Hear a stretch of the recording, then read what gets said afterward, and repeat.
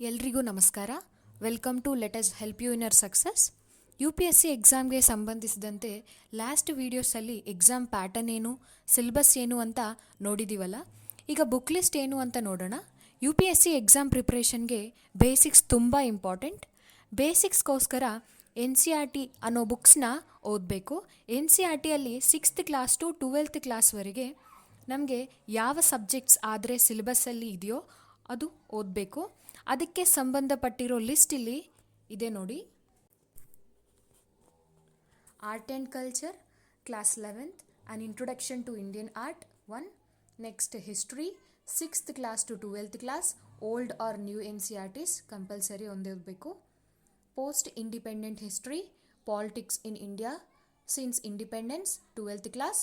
Next Indian society class 11th introducing sociology and understanding society Class 12th Indian Society and Social Change and Development in India.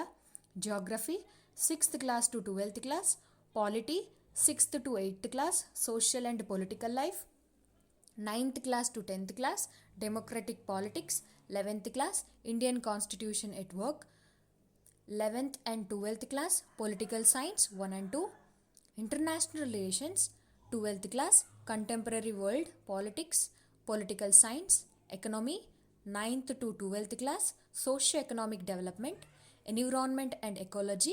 Class 11th Physical Geography last 2 chapters. Class 12th Biology last 4 chapters. Science and Technology 6th class to 9th class Science.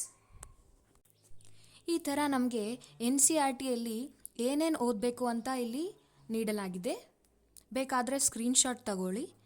ಅದೇ ಥರ ಇಲ್ಲಿ ಎಲ್ಲ ಸಬ್ಜೆಕ್ಟ್ಗೆ NCERT ಜೊತೆ ಒಂದು standard ಬುಕ್ನ ಕೂಡ ನಿಮಗೆ refer ಮಾಡಲಾಗಿದೆ. Art and culture by Nitin Singhania, modern Indian history spectrum, geography Orient Black Swan atlas. ಇದು ಅಂಡರ್ಸ್ಟ್ಯಾಂಡಿಂಗ್ ಆಗುತ್ತೆ ಈಸಿಯಾಗಿ. ಅದರ್ವೈಸ್ ನೀವು ಆಕ್ಸ್ಫರ್ಡ್ ಅಟ್ಲಾಸ್ನು ತಗೋಬೋದು. Indian polity by Laxmikanth, Indian economy by Vivek Singh, environment PMF IAS, Ethics Integrity Aptitude by Subbarao, Internal Security by Ashok Kumar, and Disaster Managementಗೆ NDMA reports and basics in geography NCERTs. And ಇದ್ರ ಜೊತೆಗೆ current ಅಫೈರ್ಸ್ನ add ಮಾಡ್ಕೋಬೇಕು. ಅದು daily paper ಆದರೂ ಇಲ್ಲ monthly magazine ಆದರೂ ತಗೊಂಡು current ಅಫೈರ್ಸ್ನ add ಮಾಡ್ಕೋಬೇಕು. Add ಮಾಡೋದ್ರಿಂದ ನಾವು ಜಾಸ್ತಿ ಸ್ಕೋರ್ ಮಾಡೋದಕ್ಕೆ ಚಾನ್ಸಸ್ ಇರುತ್ತೆ. ಸ್ಟ್ಯಾಟಿಕ್ ಸಬ್ಜೆಕ್ಟ್ ಜೊತೆಗೆ ಕರೆಂಟ್ ಅಫೈರ್ಸ್ನ ಆ್ಯಡ್ ಮಾಡ್ಕೋಬೇಕು. ಇಲ್ಲಿ ನಿಮಗೆ ಪ್ರಿಲಿಮ್ಸ್ಗೆ ಮೇನ್ಸ್ಗೆ ಎರಡದಕ್ಕೆ ಸೇರಿಸಿ ಬುಕ್ ಲಿಸ್ಟ್ನ ಮಾಡಲಾಗಿದೆ. ಇದೇ ಥರ ಎವ್ರಿ ಆಪ್ಷನಲ್ಗೂ ಸೆಪ್ರೇಟ್ ಬುಕ್ ಲಿಸ್ಟ್ ಇರುತ್ತೆ. ಅದನ್ನು ನಾವು ಇಲ್ಲಿ ಕವರ್ ಮಾಡ್ತಾ ಇಲ್ಲ. ಮತ್ತು ಇಂಟರ್ವ್ಯೂವ್ಗೆ ಏನು ಓದಬೇಕು ಅಂದರೆ ಪ್ರಿಲಿಮ್ಸ್ಗೆ ಮೇನ್ಸ್ಗೆ ಏನು ಓದಿರ್ತೀವೋ ಅದೇ. ನೆಕ್ಸ್ಟ್ ಕೆಲವು ಇಶ್ಯೂಸ್ ಮೇಲೆ ಟೆಸ್ಟ್ ಮಾಡ್ತಾರೆ. ಪ್ಲಸ್ ನಮಗೆ ಡೀಟೇಲ್ಡ್ ಅಪ್ಲಿಕೇಶನ್ ಫಾರ್ಮ್ ಅಂತ ಇರುತ್ತೆ. ಮೇನ್ಸ್ ಎಕ್ಸಾಮ್ಗೆ ಮುಂದೆ ಡಾಫ್ ಅನ್ನೋದು ಫಿಲ್ ಮಾಡಿ ಕಳಿಸ್ತೀವಲ್ಲ UPSCಗೆ, ಅದರಲ್ಲಿ ನಮಗೆ ಹಾಬೀಸ್ ಏನು, ಇಂಟ್ರೆಸ್ಟ್ ಏನು, ನಾವು ಎಲ್ಲಿ ಓದಿದ್ದೀವಿ, ಈ ಥರ ಎಲ್ಲ ನಾವು ಫಿಲ್ ಮಾಡಿ ಸೆಂಡ್ ಮಾಡಿರೋ ಅದ್ರ ಮೇಲೆ ಬೇಸ್ ಮಾಡಿಕೊಂಡು ಇಂಟರ್ವ್ಯೂವಲ್ಲಿ ನಮಗೆ ಹಾಬೀಸ್ ಮೇಲೆ ಕೆಲವು ಕ್ವೆಶನ್ಸ್ ಕೇಳ್ತಾರೆ. ಅದೇ ಥರ ಕರೆಂಟ್ ಇಶ್ಯೂಸ್, ಜನರಲ್ ಇವೆಂಟ್ಸ್ ಮೇಲೆ ಕೆಲವು ಕ್ವೆಶನ್ಸ್ ಕೇಳ್ತಾರೆ. ಸೊ ನಮ್ಮ ಪ್ರಿಪ್ರೇಷನ್ ಇಂಟಿಗ್ರೇಟೆಡ್ ಆಗಿರಬೇಕು.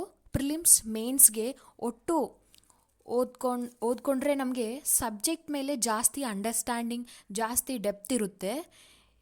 ಇದೆಲ್ಲದರ ಜೊತೆಗೆ ನಮ್ಮ ಪ್ರಿಪ್ರೇಷನ್ಗೆ ಪ್ರೀವಿಯಸ್ ಪೇಪರ್ನ ಲಿಂಕ್ ಮಾಡ್ಕೋಬೇಕು. ಅದರಿಂದ ನಮಗೆ ಎಷ್ಟುವರೆಗೆ ಓದಕತ್ತೀವಿ, ಯಾವ ಟಾಪಿಕ್ಸ್ ಮೇಲೆ ಕ್ವೆಶನ್ಸ್ ಕೇಳ್ತಾರೆ, ಯಾವ ಸಬ್ಜೆಕ್ಟಲ್ಲಿ ಎಷ್ಟು ಡೆಪ್ತ್ ಓದ್ಕೋಬೇಕು ಅನ್ನೋದೆಲ್ಲ ತಿಳಿಯುತ್ತೆ.